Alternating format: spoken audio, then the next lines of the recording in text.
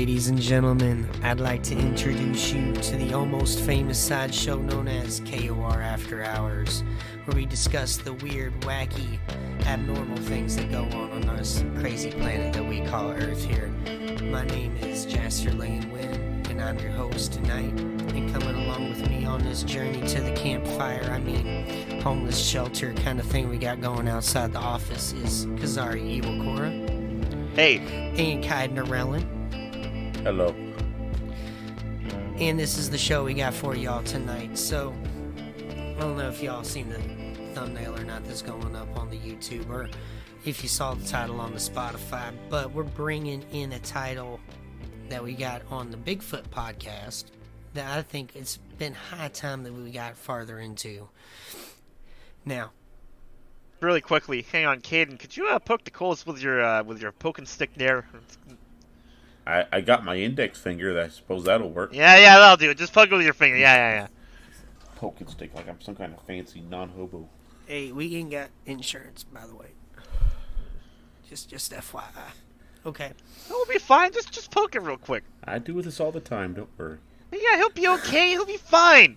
Damn. Okay. Yeah. We were actually we were walking into this episode with a little bit different idea than what we ended up going in with right now. So we were going to talk about the Nahanni River Valley, but we realized that everybody talked about that. So we're going to get into the reason why everybody talks about the Nahanni River Valley. Canadian devil monkeys.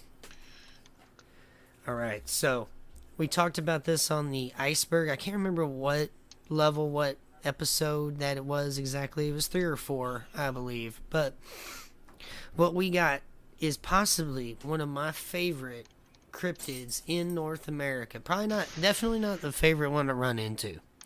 But we got really interesting shit going on for you guys. So, Kaz, you want to kind of jump in a little bit with this? I was expecting you to introduce the topic. This is like your, like... Well, no, so I guess you picked now this. With KoR After Hours being a little bit new of a structure here, I don't know, I know we did the Dogman episode. This is our first After Hours after the official announcement that we're rebranding everything, even though we were in the middle of discussing the rebrand, I think, around the time we did the Dogman episode. Yeah, so we're basically there. Now we're actually doing it, so... Yeah, it's official now, but we had pretty much already decided on it behind the scenes. Personally, the structure that we've had... I feel like, personally, the structure that we've always had for this will work just fine. It's just that, we changed the show's identity more than we changed how it worked, No, that's understandable. So with that, you know what you're getting into, at least. We're bringing in the panel today. You got me, the cryptozoologist extraordinaire guy without any sort of background specialization in the subject. You got Kaz, basically the same thing. And then we got professional skeptic Kaid over here to filter out what all kind of crap that we can give him here and see what comes out. Well, to be fair, I think the difference between my expertise and your expertise, Jasper, is that I've had a lifelong autistic passion for cryptozoology. I'm just a redneck that's been out in the woods. Yeah. So we're coming at it from different angles here. I mean, we're walking on the same road, but it's... Hey, we fit on a Bigfoot hunting episode, that's for sure. I feel like we'd be... Yeah, that's 100%. I get that. Let's do it sometime, okay? I don't even care. Mm-hmm. That'd be a nice after-hours special. So, before we lose anybody else, let's go ahead and get into it. So, the Nahanni River Valley is a national park that sits in the northwestern section of Canada in the subarctic region. So, it's a beautiful, lush location that damn near nobody ever goes into. One of the few parts of the world outside of the Amazon rainforest and every other place out there that you can almost bet there are places that man has almost never stepped into. Okay? Now, with that being said... Well, I wouldn't say man has never stepped into it, but man has definitely never had a permanent presence there. I can tell you that much. Definitely. So, we all have watched the Lore Lodge video, right? So we all know what Yeah, goes on with that, how that all went Yeah. down. And I mean, I would hope so, considering the audience we attract with After Right. Hours. If you haven't, really good resource for listening to Native American folklore and how all this works with all of these old stories and folklore and cryptozoology. Now, an interesting our angle thing, here is we're focusing more on the cryptozoology aspect of it, because Lore Lodge does amazing work in regards to talking about Native American history and folklore, and also forensic investigations. And while they flirt with the idea of Bigfoot, the fellows who run it tend to ascribe more to like stuff like Wendigos and Skinwalkers. And I would like to say I actually do like that they know what they're talking about, and they don't just say, "Oh, well, there's a skinny monster. It had to be a skinwalker." They're like, "No, well, first off, skinwalkers are only in this area and that area, you know."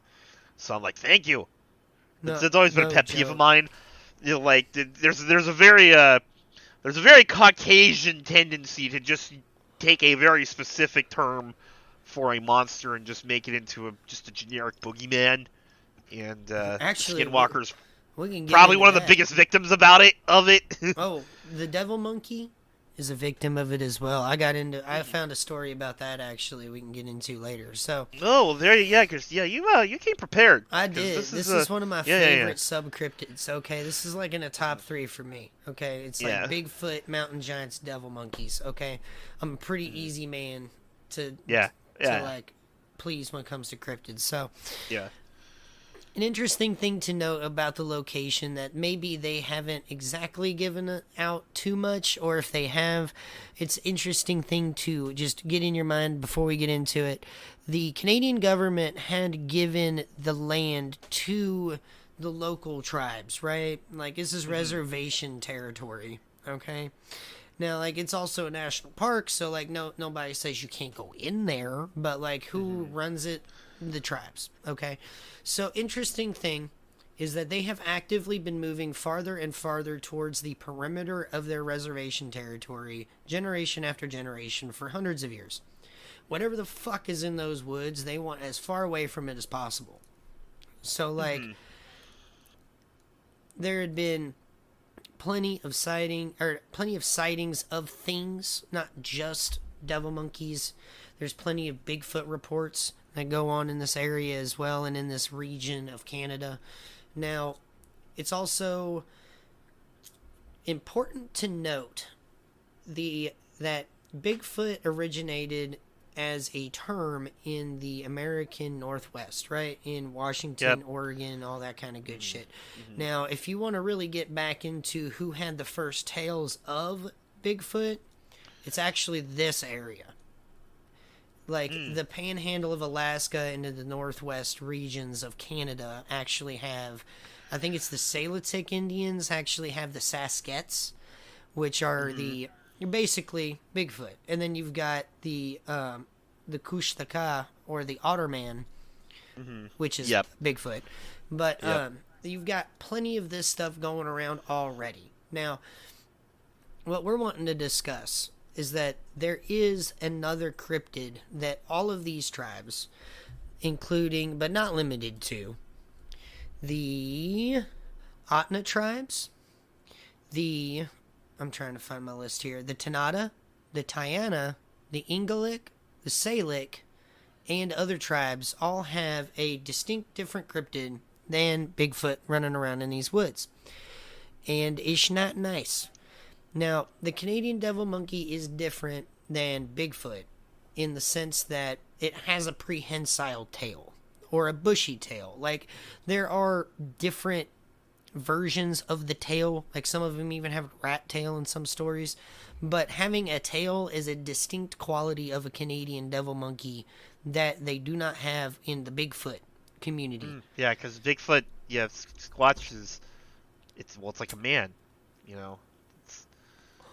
It's Decidedly important- man-like, but ape-like. But this leans more towards the ape-like that happens to be man-like. Yeah. Yes, the best way to describe it is that if you took like a howler monkey from the South American jungle and juiced him up, okay, like doubled his size at least.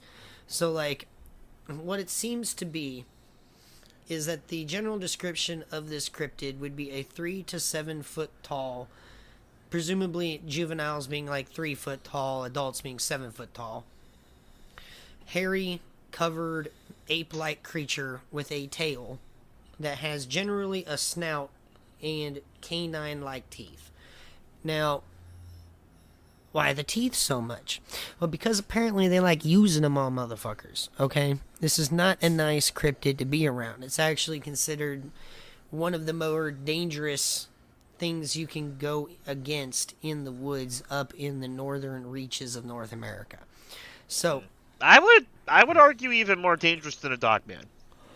mostly because These things like hunt. dogmen. I mean, don't get me wrong. They've definitely been known to stalk people and prey on people. We touched on that in our last After Hours episode. I mentioned the story about the old boy, who had to basically sit with his back to a fire the whole night while one kept poking at the edge of the firelight trying to get at him. And I have heard precisely one. I counted on my finger one story of a person who's been hurt by a dogman. But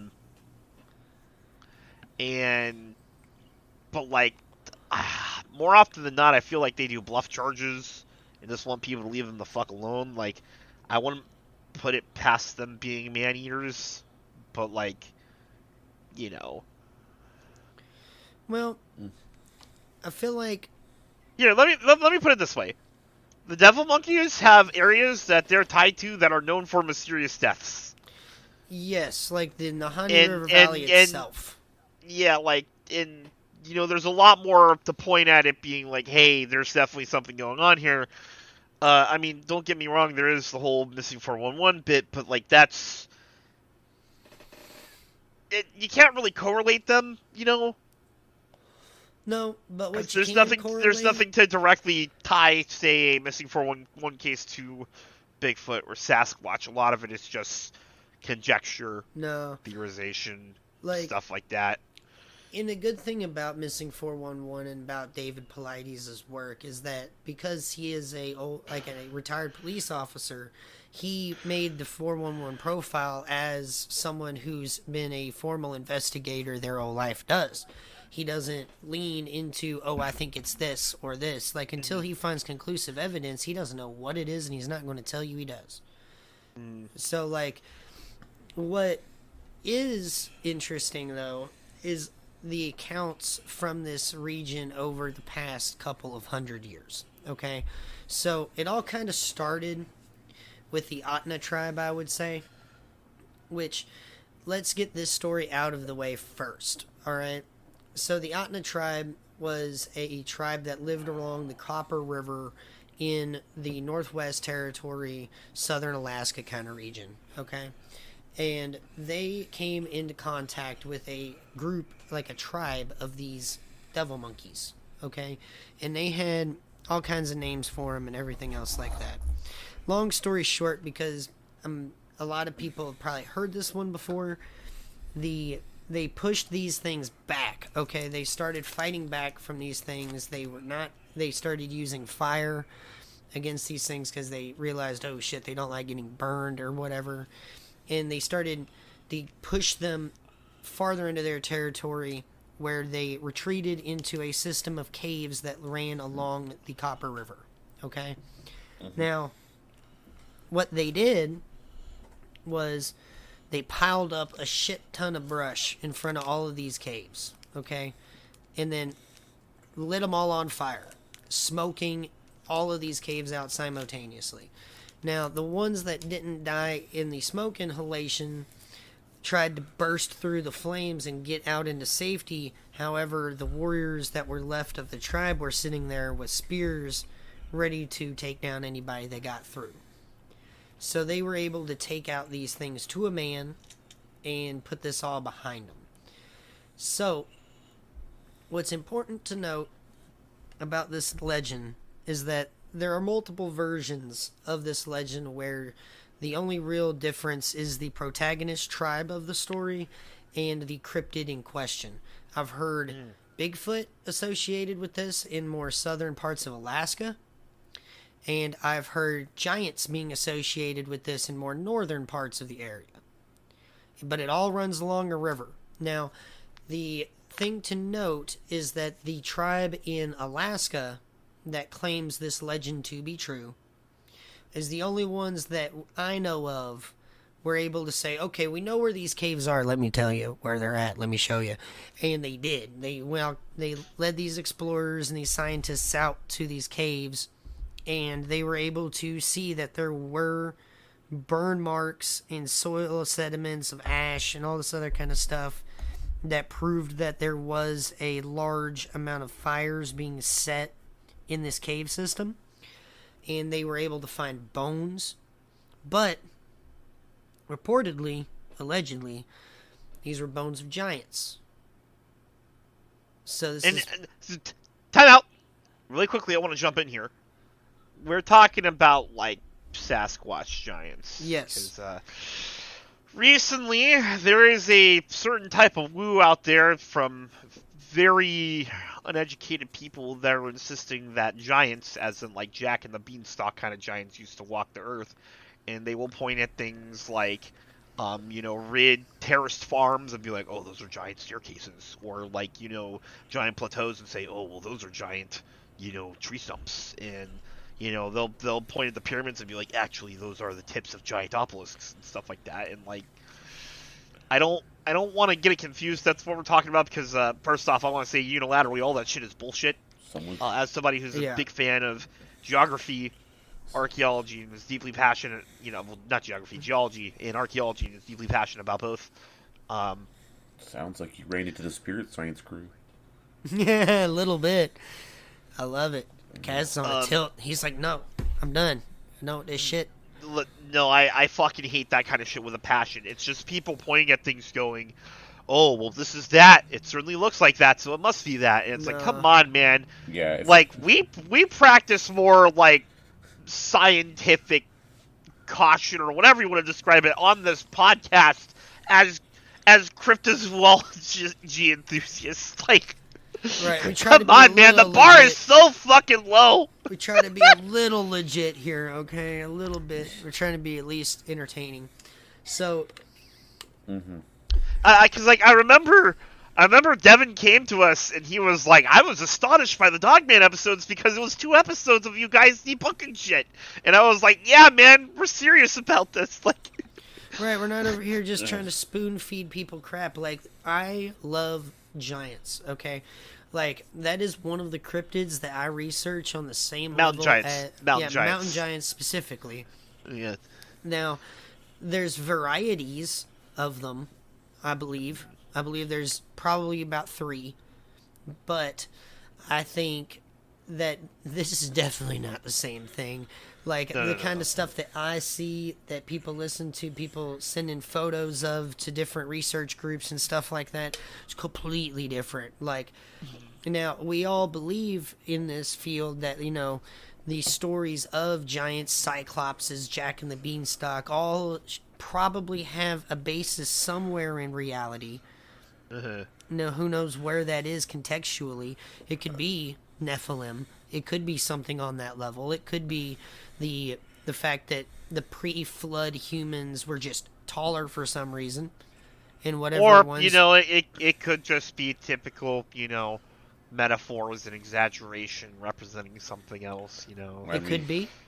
It could be the which is Anunnaki. what I lean towards because I listen, man. Okay, look. So there's a law in physics that I'm very familiar with because one of my favorite forms of fiction kind of has to constantly step around it. 2 of them, actually. It's called the square cube law, right? The bigger something is, the heavier it gets.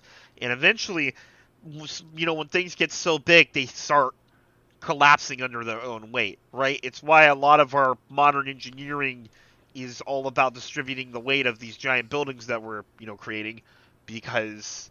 And also why that's... why some of the places are thicker at the bottom than they are at the top. Yeah, exactly. That's why pyramids are like the perfect building. Yeah, exactly. Yeah. Giants. as in, like, the conspiracy theory, woo, giants can't have existed simply because of the square cube law. Like, there is a limit on how big things have gotten on this planet, and the dinosaurs are pretty much it. And the only reason they got that big in the first place is because the atmosphere was way different back then, and it allowed for that kind of growth. Mm-hmm. Yeah, right. and you could also see too. It's like people with that nowadays that have what's it called, gigantism? Gigantism. Yeah. Like their bodies are constantly falling apart. They have so many medical problems. It's because their bodies aren't meant to be that big. Right. Well, it's also because the organs don't scale. Now, yes. It's a gland problem, and it's constantly producing stuff that the body doesn't have any more use for anymore. And, but basically, when it's a mutation in a species, and whenever the species adapts to being bigger. Yeah, exactly. So basically, I want to. Sorry, I just had to get on my soapbox for a moment because you're throwing around the term giant so casually, and I was like, I need to clarify this. So they meant Sasquatches.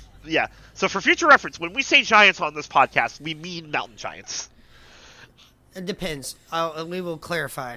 Remind us to clarify. Okay, guys? Yeah, I will jump in with, like, mountain giant, question mark? Right.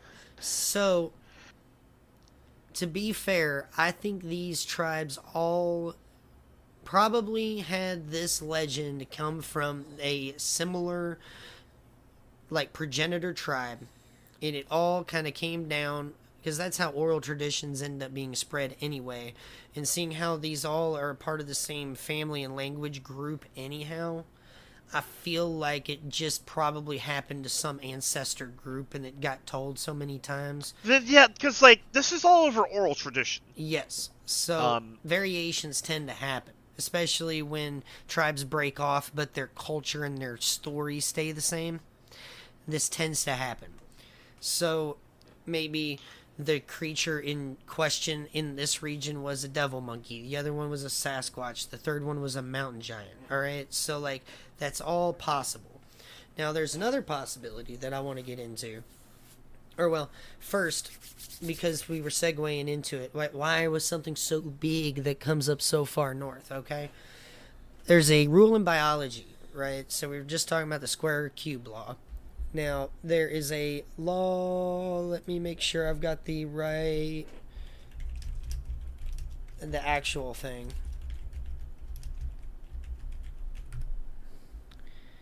It's called Bergman's Rule, okay? Okay. So, it is a ecological rule that states within a broadly distributed taxonomic clade, populations and species of larger size are found in colder environments, while populations and species of smaller size are found in warmer regions. The rule derives from relationships between size of linear dimensions, meaning that both height and volume will increase in colder environments and decrease in warmer ones. Yeah. Now. Yeah, but this is a rule you can observe in nature pretty easily. So, for instance, if you can, by comparing the grizzly bear and the black bear, or the polar bear. Or even the polar bear. I'm using the grizzly bear more as an example, just because it's a bit more common. Grizzly bears are big motherfuckers. They're humongous. Like, just think about, like, the absolute fucking units these guys are. How on average, they tend to be really wide and really tall and really powerful, right? And then you compare a black bear to them, and they're nothing. They're little squirts in comparison, Well, like, a polar bear actually gets to be over an actual ton. The largest polar bear ever shot was 2,200 pounds. Think about that. That's crazy. That is a freaking rail car off a train coming at you, okay? That is nuts. Like, and that came down, I think, because, like, 3 or 4 dudes were just unloading on them with freaking rifles. Just going to town. There's no way. Like, but what I'm trying to prove here is that, like, relative to size, these cryptids have at least a rational basis for why they would be so big, right? So the idea is the populations of known monkeys in South America, like the bonobos and every other like lemur type monkeys that we got and everything else, are generally smaller, with the largest being a subspecies of howler monkey. And these things are maybe like 3.5, 4 foot tall. Okay? They're not huge, but they're big by monkey standards, right? Now, all American monkeys have prehensile tails, which is kind of why I feel more relic hominid or great ape on Bigfoot, because he has no tail. He has a like kind of a tail like we do, but these monkeys have prehensile tails that we hear in the Canadian tales. Okay, so this correlates with the fact that all other monkeys that we know of in the Americas have these prehensile tails. And what could explain, and what generally does explain in biology, why they are so much bigger than their counterparts is Bergman's rule in ecogeographical taxonomy. Holy crap, that was a load. See, you can tell I'm from the South. I tripped all over that shit. You can tell I'm not educated like that. So, there is a precedent for things being bigger whenever they get up north. Now, like, the thing is these things are farther north than Bigfoot reports, okay? You kind of get Bigfoot reports all over the world, but these things are up there. All right, so like I don't think people understand here in the States just how north these things are, okay? So like for Americans, you know how we measure things in hours driven when we're doing a road trip, right? So like it's like say you start in St. Louis, Missouri, okay? That's like 14 Alabamas away, okay? Or some bullshit like that. It's at least 7. All right. So a lot of Alabamas. Yeah, that's a shitload of driving, and it's through some of the harshest terrain you can get to, where 90% of this area, probably not 90%, but a large amount of this area you can't even get in, even with helicopter. Nuts. You got to walk in. Like we're talking a 20-mile hike for a well-trained man going down the desert road, right? It's probably like a 5-mile hike in hell for this area, okay? Now, that also means, for primates' sake, that there's plenty of area for them to hide, which is a thing consistent with pretty much every known primate subspecies. They like to be secluded. The smarter they are, the more they like to hide from generally anything they're not hunting. Now, the aggressive behavior, I think, kind of correlates more with what you would see in almost any omnivore and or carnivore in those areas. There are less things around to eat. So what you do find, you need to eat it. You need to kill it, right? So like that's why I'm thinking the aggression kind of starts up. Now, it's known that chimpanzees, orangutans, when they're hunting in groups, they can be vicious.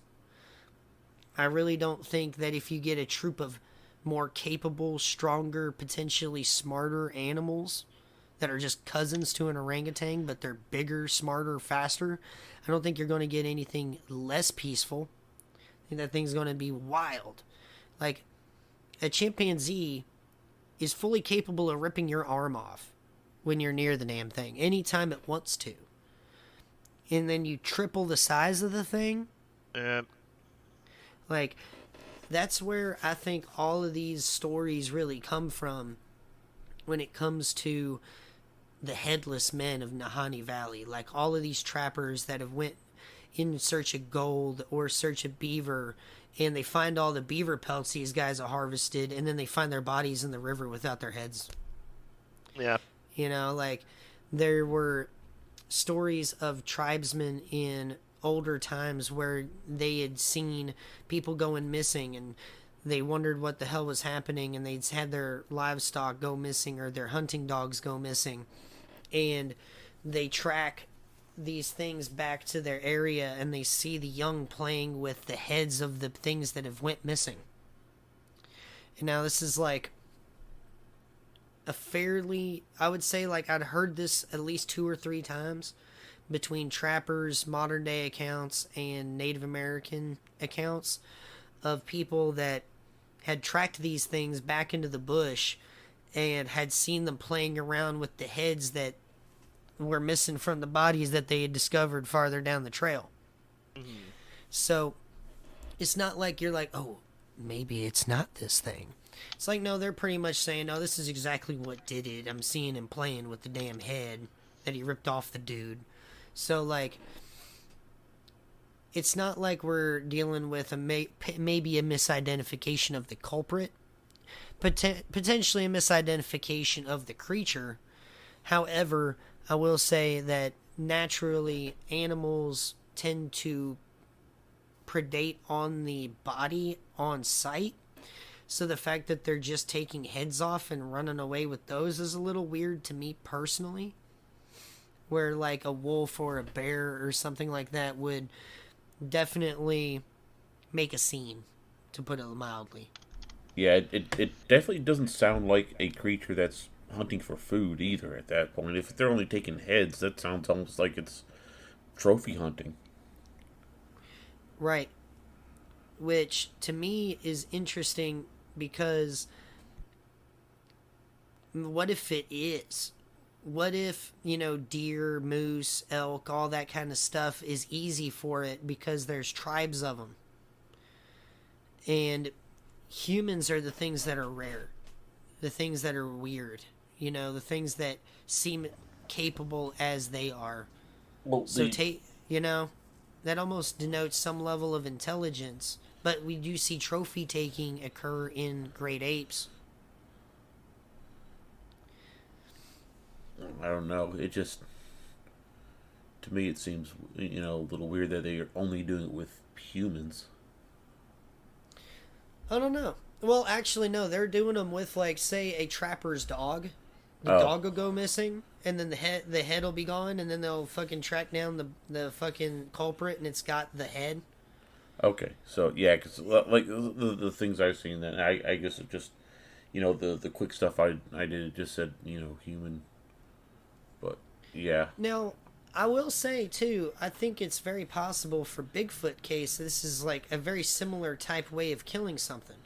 Like, I think Bigfoot in a situation where it's hunting, everything that I see about its biology means to me that it's an ambush predator that's going to break the neck of whatever it comes across.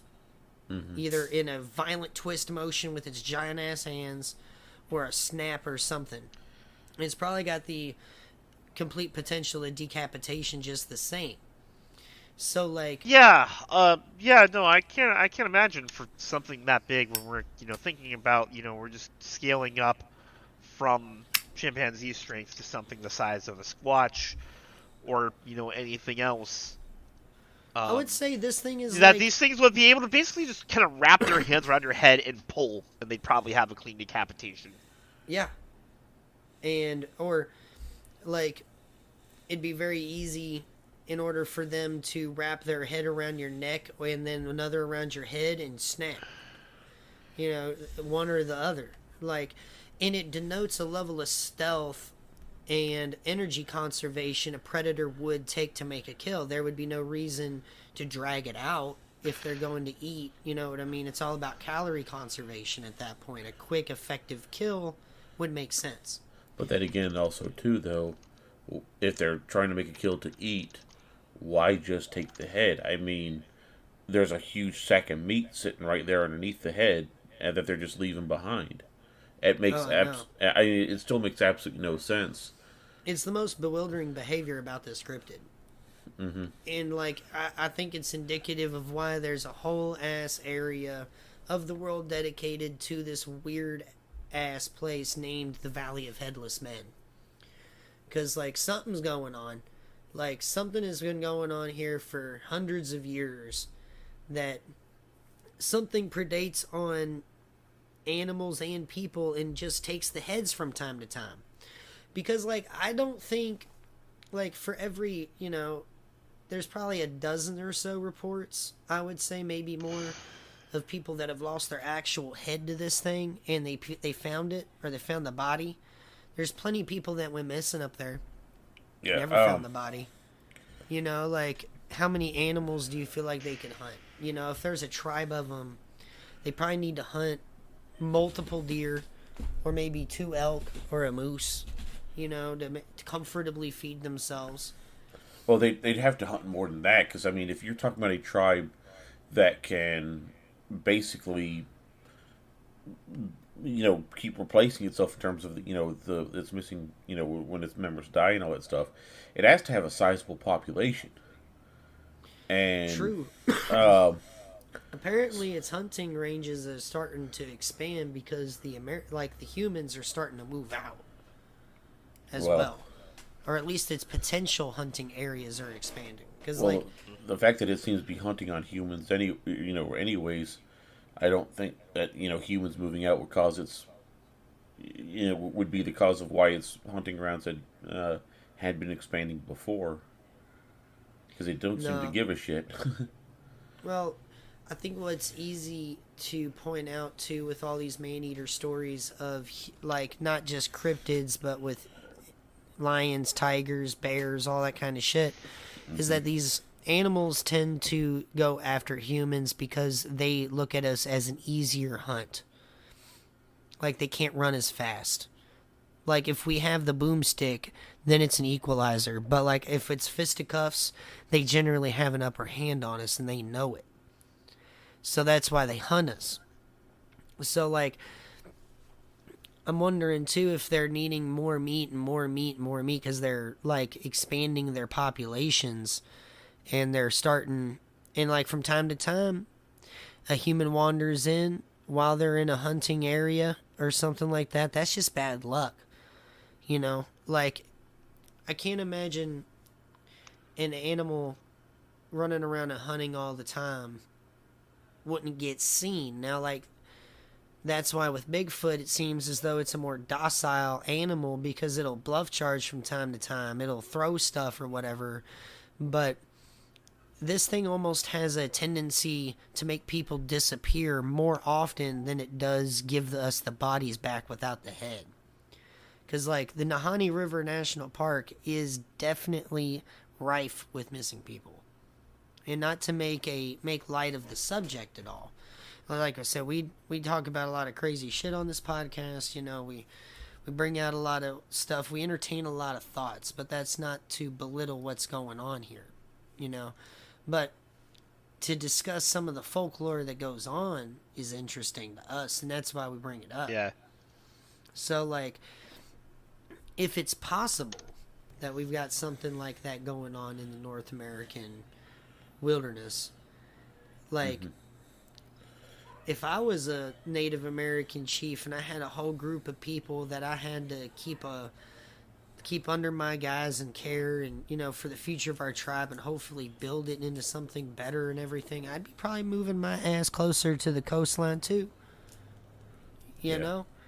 Like... Well, if I recall correctly, too, like, especially like in the Valley of Headless Men, there was a Native American story about a tribe that a warrior tribe that used to live in the area that it said they come down and raid people every so often, but then they just completely up and vanished one year.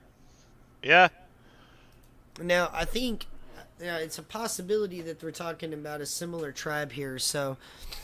There's a misidentification possibility I haven't brought up yet. So, now there were white explorers that came in and were talking to the Native American tribes about their lore, about the things that happen, you know, tribal relations, all that kind of stuff. And now the Chiltic is one of the possible names, I believe. If I'm mispronouncing it or if I got the word wrong, I'm sorry. But is one of the supposed words for this beast. Now, it's really close to a tribe named the Chilcat, which also lived nearby and were known as adept traders and aggressive for their warfare. And it's possible that they mistook these people as like, beast men because of how brazen they fight or something. But that was like a one-off. That's like one dude's opinion in this whole situation. Now the group I was talking about, they were called the Naha. So the Naha actually interesting. Yeah. They have this. They share the same language group as the Navajo. Yeah. In the same time that the Naha disappeared, a little bit later, the Navajo showed up coming from the north. Yeah. They yeah. They lived in the mountains and would come down to into the lowlands to raid and kill. But then they just one day they just up and vanished. Now, when people went looking for them, there was absolutely no trace of this tribe ever having existed. So that's a thing. But well, I believe as well, if we're subscribing to the theory that these are the Navajo are also nomadic. So they take all of their shit up and move it. Now, like, a lot of these tribes as well in the area, they do make semi-permanent areas or just straight up permanent settlements. Now, there are times when they've had to abandon them and they've come back to reestablish them. But like I said, the general trend is they're tending to move out of the area. Closer to which you would think they'd be wanting to establish themselves closer into the center of their land. You know what I mean? That's generally the human government trait that we like to do. But no, whatever's in there, keeping them the fuck out of it. So. Yeah.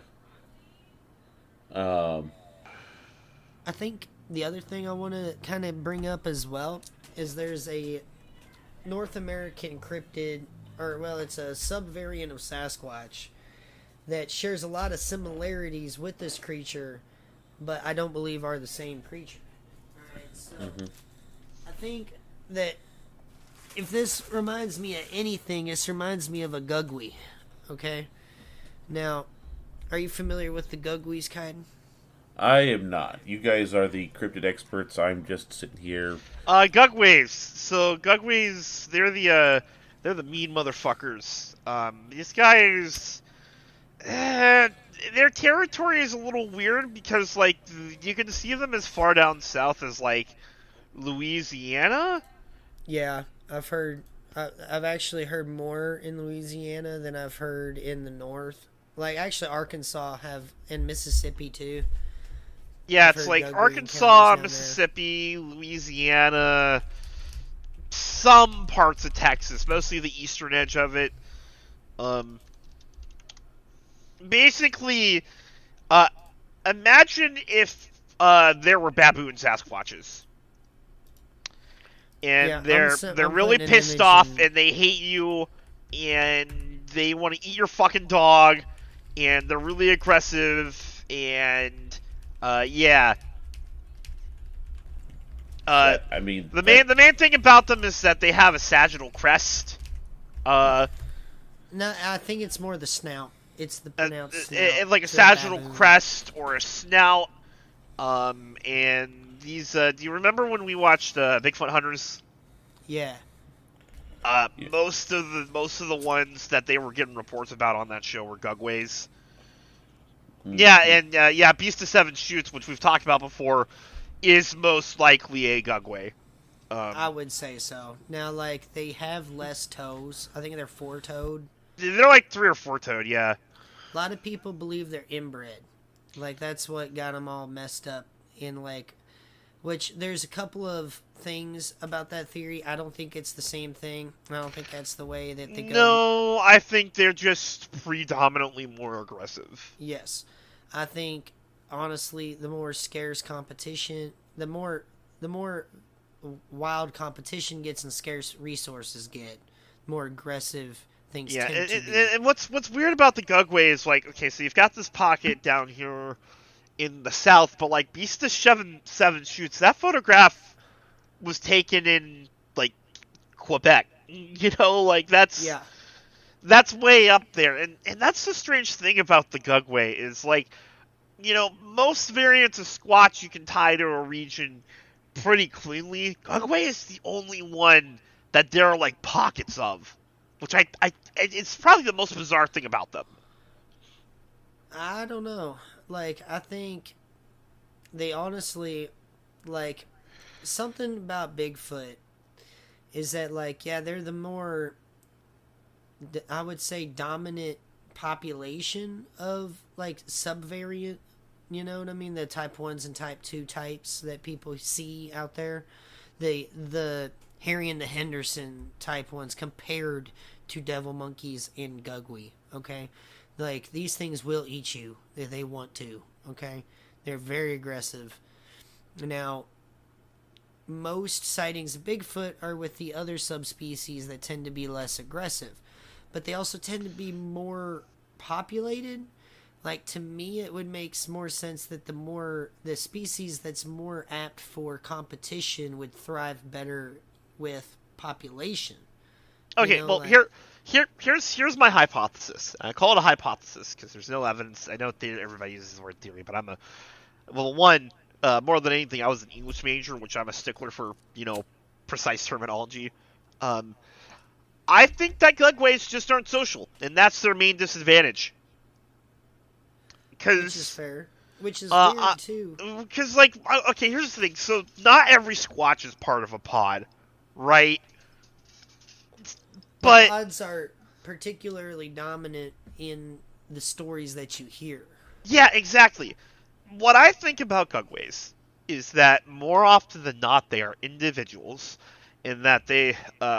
This is a hypothesis, and I have nothing to back this up. This is pure speculation, but I think the reason they're not as proliferated as your average Squatch or your skunk apes or whatever is that they are solitary creatures, and they will not seek out another unless they want to mate. There are quite a few species like that in nature, and those also have very, individualistic lifestyles. So I think Gugways, they stay on their own because of this, intense competition, and only when it's time for them to mate or whatever are they going to seek out another one, and then, who knows where it could go from there, right? So, yeah, I would hate to be a hunter out in the woods hunting a moose or something and have two alpha Gugwees shooting it out at each other. That'd be, like, I've already heard stories of Bigfoot doing that, and it's scaring the dog shit out of people, man. Like, that thing's, like, on juice compared to a Bigfoot. Like, and those things trying to kill each other, I'd be wanting out of there quick. Mm-hmm. Be hoping it's a draw. They both kill each other. So that's just spitballing. Again, I have nothing to back this up. But when you sit down and you think about it, I mean, what else could it be? Why else would the Gugway be so rare compared to the Sasquatch when comparatively they have the same sets of skills? They have the same builds, the same dietary needs, stuff like that, right? Mm-hmm. And again, we are going off of assumptions here, because unfortunately, cryptozoology is a lot of assumptions and hypotheses. Because it's, well, I mean, unless you want to go out in the field and go, find a Gugway yourself, that's really all you do is read reports and you make hypotheses. No, and the people that do, oftentimes, like the Gulf Coast Bigfoot Research Organization, there's only a few things I kind of disagree with them on, and that's a personal opinion. I think they do good work and they're good people. Yeah, because they clear Gugways off of properties pretty regularly. At least in the one season of the show that we watched. Every time they got called up because there was a problem animal, which was always a Squatch and typically a Gugway, they would usually at least chase them off. Yeah, that was the main goal. At least if you can't take it out, at least make it known that there is defense here, and they're willing to fight. You know what I mean? Most predators won't take that risk. Yeah. So I do understand that. and I will say, I think there was one episode where somebody had something happen again after they thought they had run it off, and they were immediately back there. Like, I think they took off time and everything. They were like, hey, sorry, boss, we gotta go. Like, they were real deal about their shit, like integrity on at least making sure that they're doing what they can. And so, whenever they're doing this shit, alright, and they're dealing with these type creatures and everything, I'm more willing to believe what they say versus people that have never experienced these things. Like, I would say the type of Bigfoot that I had my run-ins with were probably not these things. You know what I mean? Like, they were stealing chickens and they were mutilating cattle and all that kind of shit, and they were going crazy, but they weren't. Oh, and I doubt they were these things. Okay? Now, I feel like anybody that believes that these things are more dangerous but are willing to go out there and hunt these things, you probably, if they come back with some evidence, they're crazy enough to do it, man. You might as well. Man, dude, the ground must constantly be the ground must constantly be shaking from how fucking heavy their brass balls are with every step they take. You know, goddamn. It's like hunting dogmen. You know what I mean? Yeah, like, for real. I don't want to be out there doing that shit. Like, I do understand. Hear me out. I do have a little hypothesis of my own. Okay.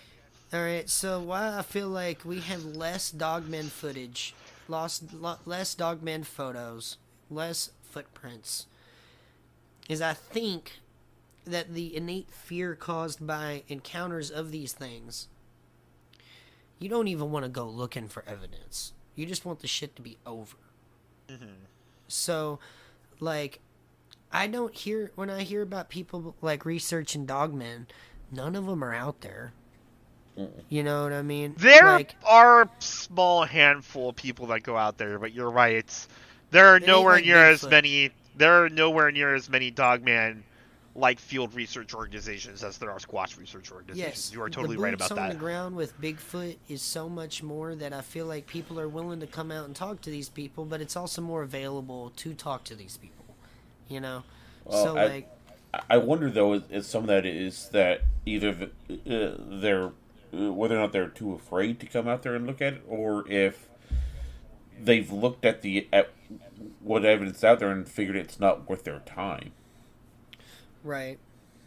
Because there is such a thing where it's like, they say scientists have looked into it and well, like, no, this is clearly just something different, and people are just attributing it to, like, a cryptid or something, rather than than it actually being something worth their time and effort. It was kind of like the thing back when we were talking about, like, the one Bigfoot that's supposed, like, the one kidnapping case where, like, a kid went missing at a park and people were saying, oh, well, Bigfoot did. It's like the yeah, it's the Dennis Martin case. Yeah, Dennis Martin, yes. Right. I believe in that sense. It's like, the people that said that, oh, Bigfoot did it, it's like the people that actually looked at the evidence were like, they didn't even consider Bigfoot a possibility at that point. They're just saying, no, that's just wild speculation.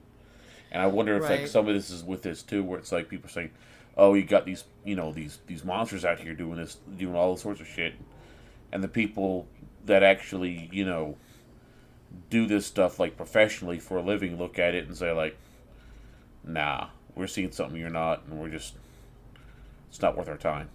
Right. Now, like, I do wonder, like, I imagine out in Alaska or in, like, parts of the north that are a little more populated, you might have some Bigfoot research organizations or anything like that, but I wonder just how many people are even out in this area that have the resources and time to even really tackle this subject properly. Like, do we have, like, a Nahanni Valley research organization? Like, how I can't imagine they get a lot of funding or people, like. Right, but at the same point too, it's not, doesn't have to be people that are only in that particular zone that could look into it. I mean, I mean, anyone in the world that's into, like, this kind of stuff could theoretically just get the money to go out there and take a look and do some research and all that stuff, but they're clearly not. So, Right. Now, I will say, though, to reiterate with it and to kind of wrap this all up, is that this is some of the most desolate wilderness in Canada. This is like some of the most remote parts of the North American continent that it has to offer. Like I said, like, the best way to get in is by helicopter, dropping by plane, or taking a trip out on a road and then taking that road to a stop and taking that horse as far as that horse will fucking take you, and then go another 140 miles or something on foot, right. Probably embellishing the numbers, but it is quite a hike to get out there. It's not like, like us say we want to go to LBL. That's something we've been kind of pitching a little bit. It's Honestly, a little more doable. I honestly, like, real talk, I would love to do that. I would love to do a camping trip to LBL on the Squatch side. Yeah, everybody's like on the Squatch side. On the Squatch side. Listen, I'm a Dogman believer, and as a Dogman believer, I don't fuck with that. I might go for a daytime hike on the Dogman side. I ain't camping there overnight. Are you fucking kidding me? No, sir. Not unless I got like an RV or something that I can lock myself in. Right. Well, I mean, even still, with it, you're saying that, like, it's remote. That's not going to stop, like, people like inquisitive minds from going out there to take a look and everything. Yeah. I just don't think I've seen too much like video footage of Nahanni River Valley. Right.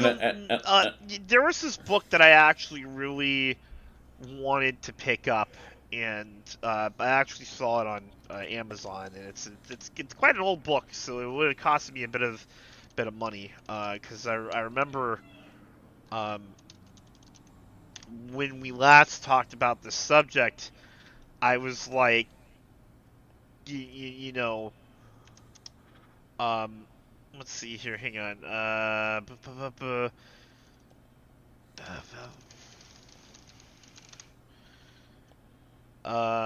it was this book. It was a really big, like, coffee table book of an expedition that had been done into the Nahanni River Valley.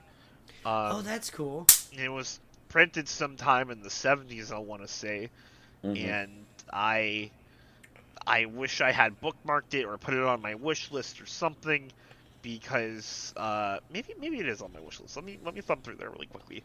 Tales from the Grid Square, Final Fantasy art books. No. But yeah, no, it was a very, like, it was very much like, hey, this is how rough the terrain is. It's a very deadly trek. Stuff like that, kind of deal. And it's an out of print book, so I would have had to do some special hunting for it or stuff like that. But, like, yeah, no, I really, really wanted to get a copy of it. I'm really bummed that I can't find it now that I'm looking for it, because I was really interested in ordering it and reading through it. Even if it didn't, like, shed any light on devil monkeys or anything like that, I would have liked, I don't know. So He just said, I would have liked something. I would have liked to read about it. I would have liked to learn about the terrain, what exactly it's like. Because, like, part of the advertisement of it is, like, they had a lot of color photos of the region. And if you look online, there's not really a lot of photographs out there of the region. Oh, that would be cool. And I really... Yeah, that's something about North America I don't think a lot of people understand, is there's, like, still parts of our continent that are so desolate and remote that we still don't have very good, like, record or evidence or photographs of what's there. We got, like, a little bit here and there, but it's like we don't have nearly 100% of what we know is there. Like I said, like, there's some wild number of like how much government land. It's like a quarter of government land, which is like 13 or 14% of all land in the United States. That number could be flip-flop, like vice versa, that potentially. That's all of the land the United States government is set off for national parks alone. Now, like, that's not a small amount of land. Like, the United States covers a shit pot of geography. Like, good lord, I'm trying to sit here and just imagine it. But, like, there's, just being from Appalachia, I can tell you that driving 2 hours away from a city, you're getting way deep in there easy. Like, it's not hard to get way rural really quick in the United States. Even in places we would consider civilized. So, whenever we talk about things that you gotta take special vehicle precautions just to go in there. I gotta get a flight license to go to Nahanni. You know what I mean? I gotta learn how to drive a helicopter. Well, not necessarily. I mean, you could always just Hire someone. a guy. Yeah, hire Right, someone. but that's wild to me. Yeah. Well, I mean, that would be like I guess the quicker way of going about doing it is to hire someone to take you out there rather than just try to do it yourself, because then, you know, you got to take all the lessons, you got to get the permits, then you got to go get your own vehicle, basically. Right. It's just... And I've always said, this part of the world, if there's Bigfoot, if there's any of these things, it'd be out here. Mm-hmm. That's where it'd be. So far the fuck out there, you'd have to be out there looking for it. You gotta be putting a lot of money in there trying to get it done. Mm-hmm.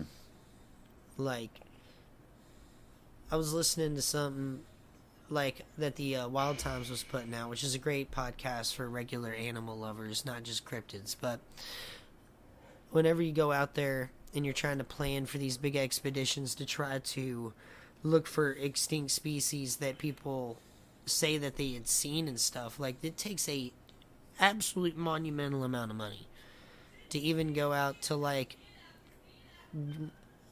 reasonably civilized places compared to where we're not, like, we're talking about. Maybe not like Papua New Guinea, you know, looking for the Tasmanian, or I'm sorry, I'm trying to think, the thylacine.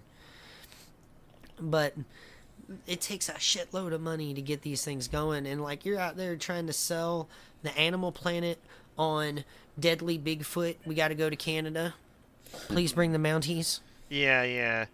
Well, it's funny you mentioned the Mounties, because, you know, like, the Canadian government is like, listen, we know this is a national park, but you really shouldn't go here when it comes to the Nahanni River Valley, like, or Valley of the Headless Men, rather.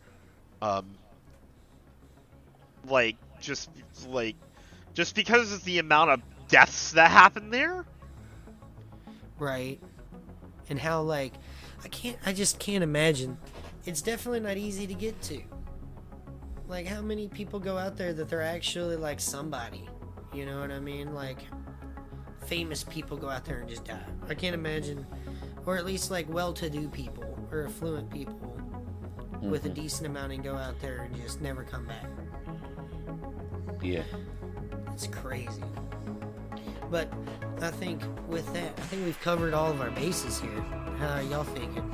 Yeah, I think we covered a lot of places, and yeah, no, absolutely. Yeah. Not bad. All right, guys. So that'll wrap us up for this episode of KoR Live After Hours. We'd like to appreciate everybody that like to come on by and listen in, and hopefully y'all learned something. And if you ended up listening all the way to the end, guys, just leave us a like, comment, subscribe, anything like that. Just, it means a whole lot to us, getting us all established here. And hopefully we can see y'all again next time. It's Jasterly and Wynn with KoR Live, and y'all have a wonderful night. Yeah. Bye-bye. Absolutely. Bye-bye.